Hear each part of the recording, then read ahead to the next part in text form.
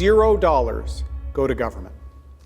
This is not a tax at all. I have said it is a pricing mechanism for consumers. It will be 1/3 the pricing of Mr. Trudeau's ever-rising carbon tax, but nothing goes to government. It is not a tax. Conservative leader Erin O'Toole unveiled a new climate plan today, and it includes carbon pricing. Under a Conservative government, Canadians would pay a carbon tax of $20 per tonne of greenhouse gas emissions to start. That rises to $50 per tonne eventually, but no higher. The current Liberal government's carbon tax is $40 per tonne, and that's due to rise to $170 per tonne by 2030. The Conservatives would put the revenues from their plan into what they call a personal low-carbon savings account. Canadians could use the funds in those accounts to buy green things like a bus pass or an electric vehicle. Under the Liberals, 90% of the revenue collected is returned to consumers through rebates. The remaining revenues go to businesses, schools, hospitals, and municipalities. Dan Albas is the Conservatives' critic for environment and climate change. He's with us here in Ottawa. Hi, Mr. Albas. Good to have you on the show tonight. Thank you very much for making the time. Hi, Vashi. Your party, Mr. Albas, has spent years decrying the Liberals' carbon tax, saying it's ineffective, inefficient, and hurtful to ordinary Canadians. Yet today you're proposing a carbon tax of sorts on consumers. Is that not hypocritical? Well, let's start by saying that, first of all, a tax itself is a compulsory levy that the state collects and then uses it for its own revenues. So when Mr. Trudeau put in place a carbon tax, and let's be mindful, in 2019, he was actually saying that they would not go past $50. Now they're talking about $170 a ton carbon tax. That is so punishing to many of the small businesses that right now are just struggling to get by. Look, I come from a region that there is often no public transportation, and a lot of seniors end up having to drive for medical appointments to get vaccinated. They don't have the access to public transit, and so the carbon tax to them has been very punitive and doesn't help them to insulate their homes. It doesn't help them, to be able to make better choices. I'm very proud to say, Vashi, that we've come together with a plan for a low-carbon savings account, one for personal use for a household or for small business. And that's really going to allow for people that when we have this price on carbon, and it will be at $50 a ton, so no higher than what has been promised before by provinces. And what will end up happening, Vashi, is that money that people spend, whether they're commuting to get to work, if you're driving from Mississauga to Toronto, you have to do it. You have to drive to get to work. You will then be able to use that money. It'll go directly into your own personal savings account. So Canadians are well versed on how specialized savings accounts work. So look, we have registered education savings accounts for our kids. And that's because we know that eventually when we tap into that, it's for a particular use. And so the use on this one will be for a low-carbon future. So imagine if someone... I take your point, but respectfully, the way in which you're representing, for example, the Liberals' carbon tax, it's not as though they're taking all the revenue and then spending it on whatever they want. It's enshrined in law that 90% of it is rebated and the rest is directed back to, for example, the remaining 10%, businesses, schools, hospitals, and municipalities. And that is enshrined in law. That's really interesting you raised the point, because Mr. Trudeau actually likes to go in front of the camera and say to people that they'll actually get more money from it. And so it is obviously not revenue neutral to some. And so you said 90%. That's because small businesses are cut out completely from that. Farmers, when they're trying to dry their grain, we've heard a testimony, a committee are saying they're seeing natural gas or propane bills going through the roof. Vashi, people that but they'll still go through the roof with yours. They'll still have to pay a carbon tax with yours. It's just that they'll get the money back, but you're telling them what they can spend it on. Well, Dan Kelly tweeted out today from the Canadian Federation of Independent Businesses that businesses will appreciate it when they pay into something, then they will be able to then direct that to be able to create a lower carbon footprint for their businesses. That includes the same for farmers. Farmers want to be able to update their equipment and to utilize new techniques for sequestering carbon. That involves capital. And right now, getting hit with a bill, thousands, tens of thousands of dollars under Mr. Trudeau is not working. This plan will allow farmers to be able to do that, whether it be for their household or whether for their small business. Vashi, this is an approach that will work, and Erin O'Toole is doing the right thing by saying we have to balance our commitments on the environment and make sure we have jobs and investment. Because I tell you, if it goes to $170 a ton, something that is not happening in the United States, we're going to see all of our industry, all of our jobs and investment push south. I can't tolerate that. I know Erin O'Toole won't tolerate that. I don't think the average Canadian voter wants that either. With respect, though, those farmers that you speak of will still be hit with a bill under your plan. And you haven't directly addressed the idea of how long your party has again derided and decried the very idea of a carbon tax, that it's ineffective and inefficient, and how you are bringing a carbon tax in now. I know you're calling it a price on carbon. I know Mr. O'Toole did, and I know that the Liberals call it a price on carbon. That's fine. Either way, it's the same thing you criticized about the Liberals. Yes, it doesn't go as high. It's the same concept with a bit of a twist at the end. Even the Taxpayers Federation was critical, saying it's outrageous that O'Toole is now planning to hammer Canadians with higher fuel bills through his very own carbon tax. So let me just say this again. A tax itself is a compulsory levy that is collected and goes into government revenue. We are not proposing a tax. Instead, we are actually saying we know that people have to get to work. They have to go to get a medical appointment. Those things, they may not have public transit like someone in an urban area, and the carbon tax, Mr. Trudeau's carbon tax, punishes them. And many small businesses are floundering now, not just because of COVID, but because of the high cost under Mr. Trudeau. And going from $40 a ton that it is today to $170, that's not going to work. What will work is an alternative approach where if someone puts $1 in on a price on carbon, they're going to see their household account or their small business account see $1 credit. Then they're going to see. But they'll have to spend that money on what you tell them they can. Well, I would say we're giving them a choice. It's just like I said with an RESP. You don't get to spend it on anything, on everything, but you do get to spend on what's important, your child's education, making sure that they can eat, making sure they can pay their tuition and their school books. But you have a choice of whether to invest in an RESP. But you don't have a choice at the pump under your plan. Well, so let's just put this in context. If you're a commuter going from Vaughan and you're driving right now to Toronto and you have to do it for work, right now you're paying that carbon tax and it gets redistributed by Mr. Trudeau, who then gives that money to other people who actually have public transit options. And so it's unfair to them. Instead, let's put the money into a household account for them so that it encourages them. So they say, oh, wow, I could get in an electric vehicle, or I could just simply go to an e-bike. And that puts they could get public transit tickets. Vashi. They could put a solar panel on their home. They could insulate their home. I have seniors in my riding with 100-year-old homes. And you know what, they complain to me that they pay more in their carbon tax than they do in their natural gas, but they don't have the money to insulate their home or change their heating system. This is the way forward to do that.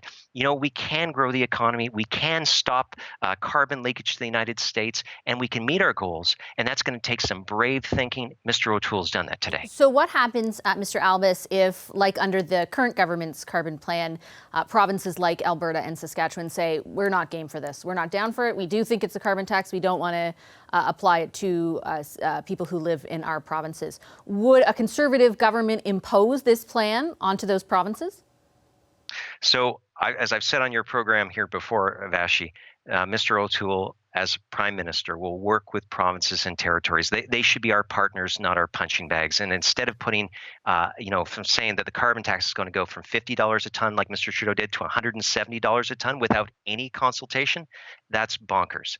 But let me tell you, when Mr. O'Toole, Prime Minister O'Toole, sits down with the premiers, if a particular province and premier says, you know what, we like our own regime, we believe it is equivalent to this, then we will allow an equivalency agreement to go forward. That's how cooperative federalism is supposed to work. But Canadians want to know that they have a prime minister that is thinking of the big picture, but also thinking to make sure that let's think of people, not for them. Let's put money instead of going towards a redistribution program where small businesses, seniors, and commuters are thrown under the bus. Let's make sure that we can help them to lower their own footprint, to make choices, and then to have the money to be able to do that. That's what these personal low carbon savings accounts and small business accounts are about, Vashi. So just to be clear, Mr. Albas, if those provinces were to say, we believe our plan is equivalent a Conservative government would just accept that? Or does that government have to, would that federal government have to assess that it actually is equivalent? And what happens if it's not? Well, Vashi, we do have commitments we've made as a country. Both provinces have set targets that went to Paris. And so what would happen is that they would have to just demonstrate that their plan has equivalency. But if it doesn't, will you impose the plan you introduced today on them? Oh, I would say, Vashi, first of all, I think a lot of provinces are going to want to see this plan, and they're also going to want to look under the hood, kick the tires, and to make sure it's right for their population. And today, we kicked that conversation off, and as Prime Minister Erin O'Toole will listen to the premiers, work together. In the plan, we haven't even talked about working with the administration in the United States so that we can see things like a proper electric vehicle mandate, so that we can see standards that we can see roll out North America wide, so we don't have carbon leakage, where when we take a step of action towards climate change, it actually pushes jobs down to the United States. We have an integrated union, and that's one thing we have to understand, where our economy. There's more to the plan. I gotcha. And we'll present it throughout the show, I promise. Can bring you back. But we can talk about we will, I'm sure, over the coming months, whenever that election, heading into the election. Just quickly, though, you didn't directly answer the question about what happens if the plans aren't equivalent, if they don't meet the standards that you set forth, or the targets, rather, if they won't get the country the targets that your party has now agreed on. If a province's plan falls short, will you have to use your plan as a backstop? Well, originally, Prime Minister Trudeau said that he would only accept a cap-and-trade system like you have in Quebec, or a carbon tax. But I'm asking about a Conservative government. And no, but I'm just saying. And there was, after that agreement with the provinces, there was further discussions that allowed, where they said, okay, well, let's have the EPS system, or pardon me, the OPS system in Ontario, or the Alberta system of the tier regulations. So, Vashi, we're going to work with provinces, and we're going to see what their ideas are, but we're also going to give them the information to see how great this plan is. That's how things work forward. You don't just get to decide like a fiat. Well, I guess Mr. Trudeau does, where you say $50 a carbon, for a ton of carbon, to $170, and you're not even letting the premiers know ahead of time that that was coming. That's disrespectful. Prime Minister O'Toole will take a different tack. Okay, Mr. Albas, I'm out of time. I'll leave it there. Thank you very much for your time. I appreciate it as always. Always a pleasure. Thank you. That was Dan Albas, the Conservatives' environment critic. Let's get reaction now from Jonathan Wilkinson. He's the Minister of Environment and Climate Change, and he's with us from Vancouver. Hi, Minister Wilkinson. Good to see you as always. Thank you for making the time. Not at all. You derided the Conservatives' climate plan earlier today, saying this is not a plan, this is a pamphlet. But environmental advocacy groups don't agree with you. Clean Energy Canada said in part, for the first time in its history, the Conservative Party of Canada has released a real climate plan, one that could keep Canada aligned with its current international climate commitment. Clean Prosperity said in part, the climate plan proposed by Erin O'Toole today is a significant step in the right direction for the Conservative Party of Canada and for climate action. Why are you being so partisan out of the gate? Why not say, okay, it's not the plan we would pursue, but let's debate it on the merits? Well, I'm certainly not intending to be overly partisan. That's not generally my nature. And I think that perhaps you're getting some of those reactions because the bar has been set so low by the Conservative Party, both under Stephen Harper and under Andrew Scheer. But I would say to you that the plan that they brought forward today is pretty incoherent and does not get us to where we need to go. I mean, you were just talking to Mr. Albas about the decision by the Conservative Party to have a carbon tax, the Erin O'Toole's carbon tax, after years and years of complaining about it. But they do it in a way that is incredibly complex. I mean, the people who will benefit most from this are civil servants who are going to have to be hired to administer this program. It creates a perverse incentive to pollute. So the more you actually pay in the use of hydrocarbons, the more money you get back. It takes away the rebate that families get and tells people how they actually have to spend their money, which I find very odd for a Conservative Party. So, and you just heard Mr. Albas say, and Mr. O'Toole said it this morning, there's no backstop. There's no federal leadership. I mean, we went through 3 years of discussion that culminated in the Supreme Court saying the federal government needs to lead in terms of setting minimum national standards. And now we're having a party saying we're going to actually completely clear the field. If Scott Moe doesn't want to impose a price on pollution, that's okay. Well, he didn't exactly say that. In fact, I tried to get him to say, I tried to get him to answer that question. Is that in fact what the Conservatives would do? It sounded like there did have to be a plan that met an equivalency bar, which is exactly what your government has put forth. Well, I mean, we put in place a minimum national standards that includes a price and includes essentially requirements in terms of the stringency that you actually have to meet. That's different from saying essentially that we will allow anything to qualify as a price on pollution. I mean, it's completely different. You either have minimum national standards or you don't. In the context of an issue like climate change, where Canada has made significant international commitments and is about to make more to its partners around the world to fight what is an existential crisis globally, the federal government needs to be able to have, and at times needs to be able to use the tools to ensure that it's making the progress that it's committed to Canadians it will do. But to be fair, I mean, if they are, let's say, forming government, do you want to go in with that hammer approach, or do you want to go in saying, hey, we'll work with you as much as possible? If I remember back to 2015, that's something that the current Prime Minister approached. That's the way I would have characterized the way the current Prime Minister approached it at first too. Well, absolutely. I mean, I think that there may well be space for discussion about the flexibilities that exist within a pricing system, but you still have to say there are minimum national standards. And I heard Mr. O'Toole this morning saying, essentially there'd be no backstop. Well, if there's no backstop, then there's no price on carbon across this country. On your overall assessment, though, that the plan, for example, and you've used a variety of ways to describe it, but won't do what it says it will do. And to be clear to our viewers, what the Conservatives are saying is that this plan will get them towards, or get Canada to meet its current Paris climate targets, emission reduction targets. They had an independent group, Navius Research. And my understanding is we spoke to former chair of Ecofiscal, Chris Regan, who says they've used them too. The Navius said the plan, quote, achieves comparable greenhouse gas reductions through 2030 relative to announced federal policy to date. Are you misrepresenting the potential effectiveness of this plan? Well, I don't think so, because as with any model, it is a function of the assumptions that you put in. And let me just talk about a couple of the key assumptions. One was that there would actually be a consistent price on pollution or a consistent carbon tax across the country. And Mr. O'Toole has put that in doubt by being unwilling to say that he would actually keep a backstop. And certainly that was one of the things that was modeled in that model, is that existed across the country. The other is they modeled industrial pricing going up to $170 a ton by 2030. But Mr. O'Toole has been very clear that after 2 years, there may not be a price on industrial emissions. If you didn't have either of those assumptions were incorrect. The model is a completely different model. So I think you got to be a little bit careful. I would also say there are elements, and you can go into lots of different elements where I think that this plan has challenges.